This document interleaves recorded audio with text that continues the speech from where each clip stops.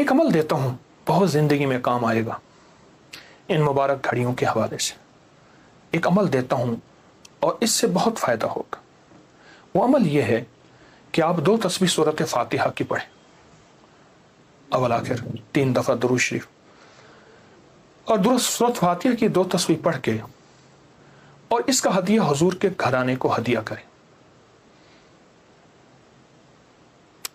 اور اگر چاہیں تو 2 تسبیح سورۃ اخلاص کی پڑھ لیں، 2 تسبیح سورۃ اخلاص کی، اور اس کا ثواب حضور کے گھرانے کو ہدیہ کریں.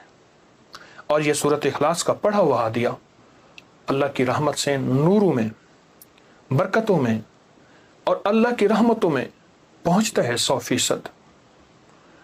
اور حضور کے گھرانے کو ہدیہ کریں. اور حضور کے گھرانے میں حضور کی بیویاں، بیٹیاں، داماد، نواسے، نواسیاں، یہ حضور کا گھرانہ ہے. اور اس حضور کے گھرانے میں یہ حسینی قافلہ بھی حضور کا گھرانہ ہے. ان کو ہدیہ کریں حضور کے گھرانے کو، اور جو مراد مانگے اللہ عطا کرتا ہے. اور یہ مسلسل عمل کرتے رہیں.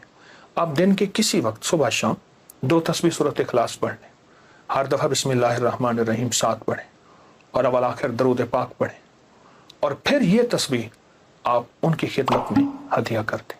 آپ کا کوئی مسئلہ ہے، آپ کی کوئی مشکل ہے، آپ کی کوئی پریشانی اور ناممکن ہے، اس مسئلے، مشکل اور پریشانی میں یقیناً آپ کے لیے خیر کی، برکتوں کی اور رحمتوں کی اور خوشیاں خوشحالوں کی راہیں کھلیں گی.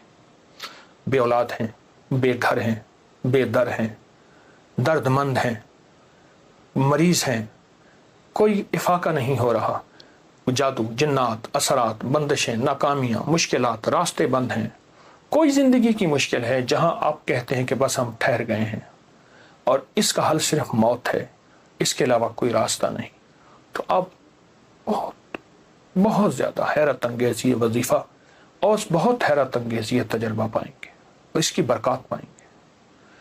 چند دن، چند ہفتے زندگی میں اس کو شامل کریں. میرا تو مشورہ تھا کہ ساری زندگی اس کو اپنے زندگی میں، ساری زندگی اس کو اپنی زندگی میں شامل کر لیں، ساری زندگی اس کو اپنی زندگی میں شامل کر لیں. آپ گمان نہیں کر سکتے کہ آپ کو اس کا نتیجہ، اس کا رزلٹ کیا ملے گا. گمان نہیں کر سکتے، آپ سوچ نہیں سکتے اس کی خیریں آپ کو کیا ملیں گی، اس کی برکتیں آپ کو کیا ملیں گی. میرے پاس اتنے تنگ دست اور پریشان لوگ آئے جو زندگی کی بازیاں ہار چکے تھے اور جو خدا نخواستہ خودکشی کا سوچتے تھے اور برے برے خیال آتے تھے. میں نے انہیں کہا کہ 2 تسبیح صبح، 2 تسبیح شام پڑھ لو. اگر صبح شام پڑھ لیں تاثیر بڑھ جائے گی.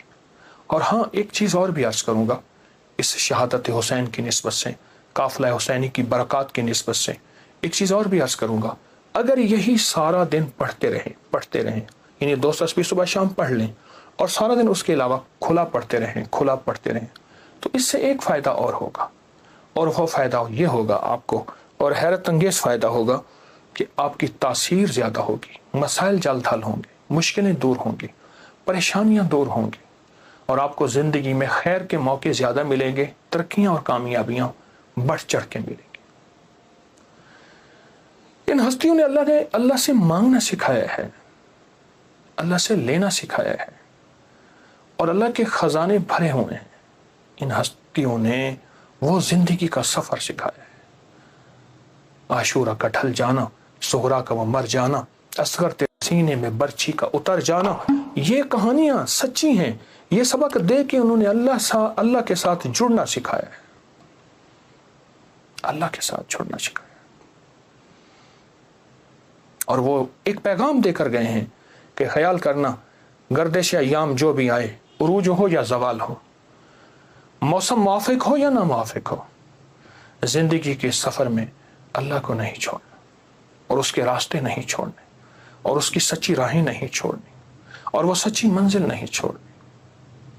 روایات میں آتا ہے کہ جس دن واقعہ کربلا ہوا ہے اس دن 3 گھنٹے دعا مانگی حضرت امام حسین. 3 گھنٹے دعا مانگی.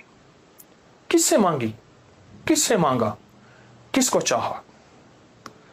مانگنا ہے، رونا ہے، گڑ گڑانا ہے،